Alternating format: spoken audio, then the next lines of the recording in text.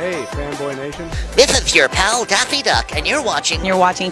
We're watching. You're watching Fanboy. Fanboy. Fanboy. Fanboy. Fanboy. A fanboy, etc. Fanboy Nation. Dot. I assume Tom. This man has won multiple Grammys, American Music Awards, Blockbuster Awards, and countless others, has helped sell 20 million albums across the globe, celebrating their 29th anniversary. Jamie Jones of All-4-One, we are talking about your upcoming concert with the 90s Rewind at the Cerritos Center for the Performing Arts. How you doing, my man?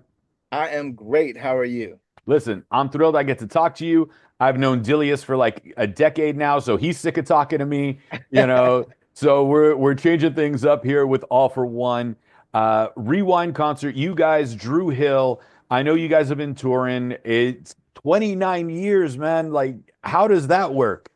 Man, it's amazing. And actually, you know what? It's actually 31 years, believe it or not. Okay, 31 years. Let's get that on the record. Yeah.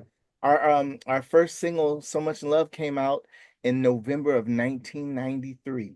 And then our album came out in 94, early 94, I believe in April. And but it's been a blessing, man. It's been the joy of all of our lives to literally live our dreams in front of people. And just the fact that we're actually still living our dreams, still doing what we felt like we were to do, and people are still coming and enjoying the music and supporting. And so, like I said, man, we couldn't ask for anything more. And now they're bringing their kids. Yeah, which is awesome. The music gets shared, and and then it's also getting shared in different movies and things of that nature. And and that's kind of helps it live on. So a recent concert I covered at the Cerritos Center for the Performing Arts was Rick Springfield and Richard Marx doing an acoustic set. And Richard Marx said the weirdest compliment he's ever gotten was people have confessed they've been conceived to his music. Yeah. What is like the weirdest compliment that you guys have ever gotten in regarding to your songs that's like relationship wise? Probably the same thing, probably people saying, hey, thank you for our kids. And I'm like, hey, you're welcome. We don't pay child support to kids that don't belong to us, but you are most welcome. Yeah. Like, you guys like were hits for proms, for homecomings, for weddings. People got engaged to you. People had kids to you. It's got to be interesting to, when you hear these stories, and then sometimes it's like, wow, I didn't realize that I had that much of an impact, because, when I Swear came out, which was my cousin's wedding song, now there wasn't social media. So you only had to wait once a week to find out how it was doing on the charts. Now we got instantaneous things, coming every, millisecond. What's it like now to hear those responses in comparison to that delayed gratification of knowing where you were on the charts? Technology is meant to make things more convenient. And there's a good side to that, and there's a not so good side to that. I mean, it is cool to kind of know instantly now that, hey, we're going into this market, and this market loves our music, or we're going over here and our music is streaming amazing over there, or whatever the case might be, but it definitely was a lot harder back in the day when you were planning your tour and trying to figure out, okay, what market should we hit, and then you had to get in touch with the record label, and they had to go through the sound scan numbers. Well, you guys are killing it in Peoria, so you got to go there, and you got, so it was like, it was definitely a lot harder. It was a lot less convenient to do the same things that we're doing now. But then again, like, I love my generation. I love the fact that we grew up with, vinyl and cassettes and CDs, that I used to travel with my Case Logics, 2 big ones with 200 CDs in them, and my CD Walkman and my DAT player. Like, I mean, don't get me wrong. It's cool to have the technology that we have, but I also love what we had, because for us, it was cutting edge then. And I'm still a physical media guy, so I love having the vinyl, the cassettes, the CDs, DVDs, all that stuff, Same physical here. books, because it's like a window into somebody's life. Like we go to somebody's house and we're like, oh, I wouldn't have expected them to have that album on the shelf. Right. Yeah. Well, I collect vinyl, so I'm always like perusing like Goodwill because you can find some amazing vinyls there, original ones, and and things like of that nature. So I'm the same, man. I still got physical books, and I have my digital ones as well because sometimes when we're traveling and I'm trying to lighten my load, and I've got a big heavy backpack because I've got books or some of these other things, I'm like, okay, let me get the digital version and make the font super big, Right. I got you, man. It's the glasses that help too. Oh yeah, yeah, yeah. So you guys formed here in Southern California. You're coming Mhm. back home to Cerritos. In a sense, it's a homecoming because you didn't form that far away. Yeah. What's it like for these homecoming shows where you're like, oh, we performed down the street when it was like a high school talent show, and now here we are, all of a sudden, we got a bigger stadium, we got a bigger arena, we got a bigger tour, and it all comes full circle. It's always amazing to be home. The hardest part about being home is everybody's asking for tickets. And it's like, listen, we only got so many people in the guest list, and there's four of us, So unfortunately, y'all gonna have to buy some tickets. But we'll handle the meet and greet though if you want to come back and hang with us afterwards. But it's always great to be home. It's always such a trip to me when it's like, oh, we have a show and I don't have to go to LAX and 3 hours before my flight and then sit there in the lounge and then fly for 6 hours and get off the plane extra stiff and dry and then try to go take a nap and then warm up. It's like I'm home. All I gotta do is just drive down to Cerritos and we're good. So, I love it when we get a chance to be home and see all of our family and friends who come out, as well as all the fans, and the funny thing is we just don't get a chance to play home a lot. Maybe, just every once in a while. So I got to ask this, along with the homecoming, everyone has, we know the hits, but Hmm. everyone has like a deep cut B-side. For Hmm. you kids, a B-side is on a vinyl and a cassette that has a Yes. second side.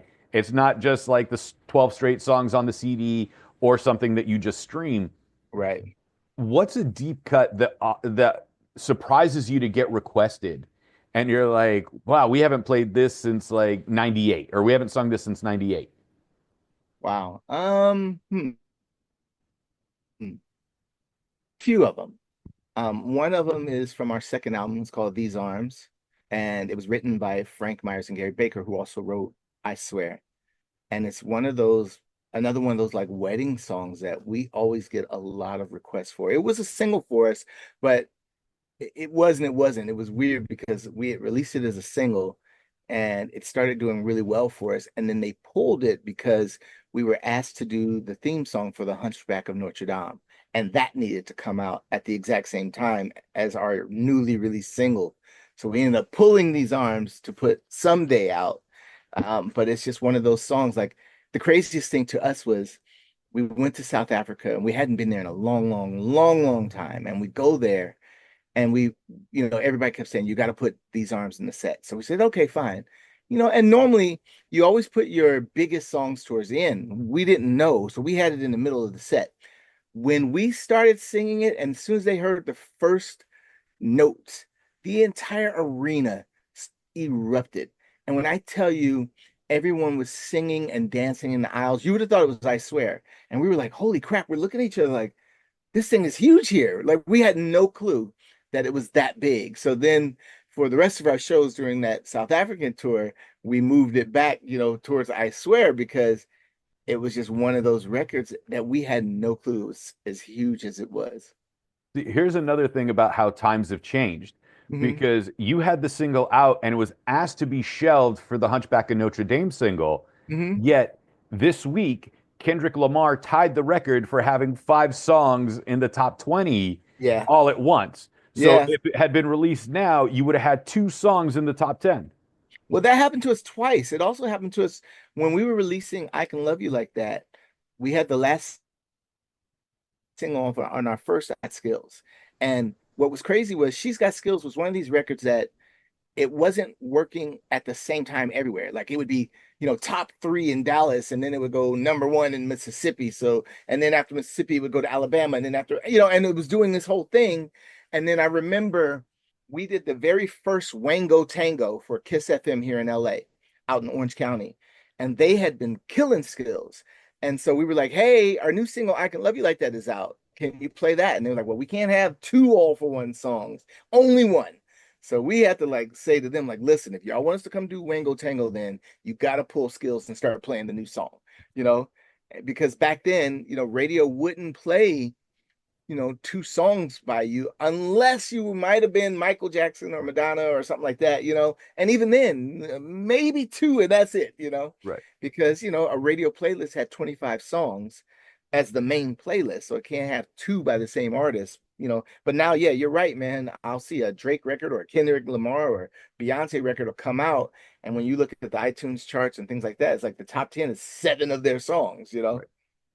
Yeah, it's interesting how times have changed, but yeah, it's also great that you guys, through the ups and downs, obviously everybody has their fights and their quarrels, that 31 years later, you guys are still able to get on stage and perform, and whatever happened in 2003 between X and Y has been put to the side, or, whatever it is, and still make it happen. It's not like some bands that like everybody has their own tour bus, everybody has their own thing, and nobody sees each other till they hit the stage. Right. Yeah. You know what? We've been so blessed that we all have a lot in common, being that, our fathers were all Air Force.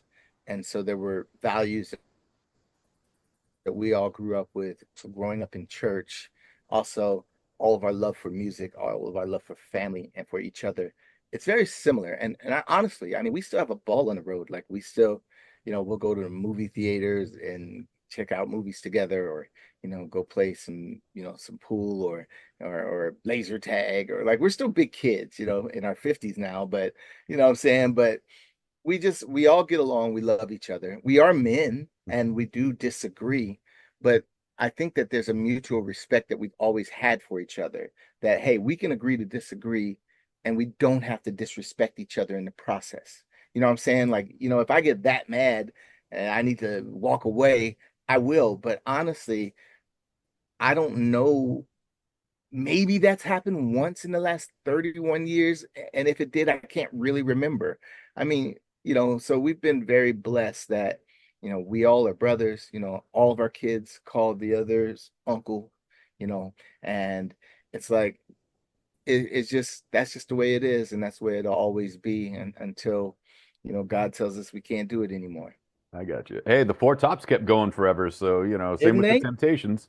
That's our goal, to make it until finally, it's just Delious and my son and Tony's son, and you know what I'm saying? We got all these young kids coming in because dad left, but you know what I'm saying? But our whole goal, we said that from the 90s, is that we want to be like some of the iconic groups that just stayed together until they just couldn't do it anymore. All right, so you're the only one here today, and I've known Delius for about a decade now. Okay. So we're gonna put everybody a little bit on blast. Nothing nasty. Okay. All right. But something like, who's got the best one-liner comebacks when someone is being a total smartass? Who's the first one to hit the craft services table as soon as you get backstage? And then who's the one that will complain the most about every little detail that you're like, really, this is the problem of the tour? Wow. Man, okay. All right. I would say for one-liners, it's probably a tie between Delius and I. I would say for the craft services table, it's probably a tie between Alfred and me. Or maybe Tony. I don't know. And then as far as, what was the last one? Like the one that'll complain about the most minute detail that no one would notice. Delius. Delius. We all got into it this last trip because we need to record a video promo, and we must have went to the stage and into the backstage and into the dressing room because he was like, the lighting ain't right, because he does photography, and he's like, and we have to do this, that, and all of us were getting frustrated, like, listen, just take the damn video, bro. Nobody even is gonna know that besides you. Right. Especially since everybody's watching on their phone now. Exactly. Yeah. All And right, so then, I got to tell you the Delia story when I first met him at the okay, Catalina Film Festival. That way I can put it on record and he never has to hear it again when people okay, ask how you guys met each other. So, very first year I was covering it was 10 years ago, year 4. And there was a young publicist there and I was just like, that guy looks like the guy from All-4-One. Is that him? And she's like, "Oh, that's so and so, the co-founder." And I'm looking through it, and I was just like, "No, I don't see that name on here," because she gave me a different name. And I was like, "Huh." So when he got to me on the red carpet, I was just like, "Please don't be offended because you never know how people are going to react. right, right. You look like the guy from All-4-One." And he says, "Well, I'm not offended. I am the guy from All-4-One." I said, "Oh, thank God. You could have been that guy from Silk," and going, "God damn it, I'm mistaken for him all the time." And he looked at me, he was like, "All right, that was Right. quick." And then and then I relayed the story this year. He's like, "How did you pull Silk out of thin air, like of all the groups to pick on?" I was just like, "Come on, I was on the boat, you had to have your 90s R&B playlist and they were on there." So that was the first one that popped into my head when I said that. That's awesome. Yeah. That's awesome. Yeah, And but so, you're right. You're right. You're right. You just never know. yeah. I'll never forget. We were doing so I did I go to NAM every year. I don't know if you're familiar with NAM. Oh yeah, it's over in Anaheim. Yes, so because I'm a super nerd, I'm talking to you now from my recording studio. So when I'm not doing All-4-One, I do mainly a lot of production, working with a lot of folks. So, anyways, I was there because I had produced my friend Wayne Brady's album, and Wayne asked me to come perform for Yamaha with him. So he and I were singing together for Yamaha, and Earth, Wind, Fire was coming up afterwards. And so I was like excited because I love Earth, Wind, and Fire. I grew up with those guys, and I've met them super, many, many times. And I know Philip and Maurice, God bless his soul. So, anyways, long story short, they're performing. So they come off the stage, and I'm standing there, and I'm like, yeah, And Verdine comes up to me. He's like, "Hey, as yet, I love y'all. See ya." And then he walks off, and I was like, "Huh? Wait, as yet? Okay, well, I guess they start with an A as well." So, but he knew exactly who I was, but I guess he just had it mixed up because then I saw him again, and then we were cracking up about it. I saw him on CBS, and and he's like, "Oh, I meant to say All-4-One." I was like, "Yeah, sure you did." At least he recognized you and gave you a compliment. So Hey, I was like, "Hey, I wasn't mad. He's a legend." yeah. With this show coming up on October 14th, Saturday in Cerritos, when you guys sit there and go through your set list, and you're touring with Dru Hill at this point for the 90s Rewind, what's some things that will make the set list, some things you got to put out, something that will be more LA based, something that like if you're in, say, Chicago would be replaced. Like, are there a couple of songs that are interchangeable?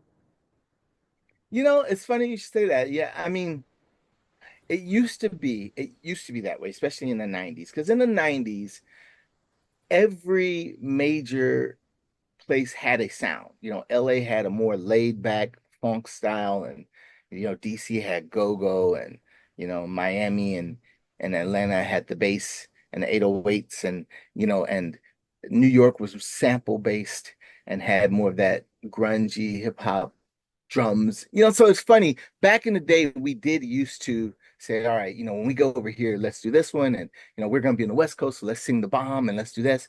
And honestly, we don't really do that anymore because now it's like fans have a way of just discovering your entire catalog, and that sound like it used to be. It's still somewhat like that a little, but more so with folks in our generation, I think, than with the younger folks. So the only thing on this Dru Hill concert that we're doing, and people may not know this, is we're all going to be singing some Christmas records as well. So we are going to be replacing some of the songs that we would normally do with, some Christmas songs, which we're excited because we love Christmas songs. So that's going to be fun. And what is your favorite Christmas song since we are in the holiday season and Advent's going on right now? For me personally, the Christmas song "Chestnuts Roasting on an Open Fire" is my jam. And then also because I did a Christmas EP, a solo one, a couple years ago, and one of my favorite Christmas songs ever is "Give Love on Christmas Day." I just love that song. I dig it, man. Uh, So a tie for me between those two. Yeah. Well, listen, man, I really appreciate your time today. Saturday, December 14th, Cerritos Center for the Performing Arts. All for One, Dru Hill, mixing up with the classics and the Christmas. Jamie Jones, thank you so much for your time. Where can we find you and the band on social media if we want to connect and check out later tour dates if they can't be in Cerritos because, they're in Atlanta? Yes. Awesome. Well, let me give you a few things. So, Please. of course, there's our website, which is www.all-4-one.com, all4one.com. On social media, we're super easy to find. It's at all, the number 4-ONE, so no dashes. So at All-for-One Music. And that's everywhere on social media. And then you can find me super easy on social media. I'm at Hey Jamie Jones. So HeyJamieJones. Because it's not like you have a common name or anything. Yeah, well, a lot of people call me Jaime, and they put the I in front of the M a lot, So it's like, no, it's Jamie. Well, Jamie, hopefully we get to hang out after the show on Saturday, and get you guys there. Thank you so much for your time. Again, Saturday, October. Look how far back I am. Saturday, December 14th, just in time for Christmas, Cerritos Center for the Performing Arts, All for One in Dru Hill. You got to check it out. Links to all the tickets below. It's going to be a good night of R&B, of Christmas. So, listen, if you're looking for a place to go on a great date with the person that you love, or if you just love some real singing, because those boys can sing, and we kind of do pretty good ourselves. So if you want to hear some real singing, some real R&B, some Christmas music, come on out and join us. It's going to be a lot of fun. And that venue is one of the most beautiful venues that you'll see. I love that place. See, that's the church coming out, trying to play humble, like, we're not too bad. Yeah. Thank you so much, my man.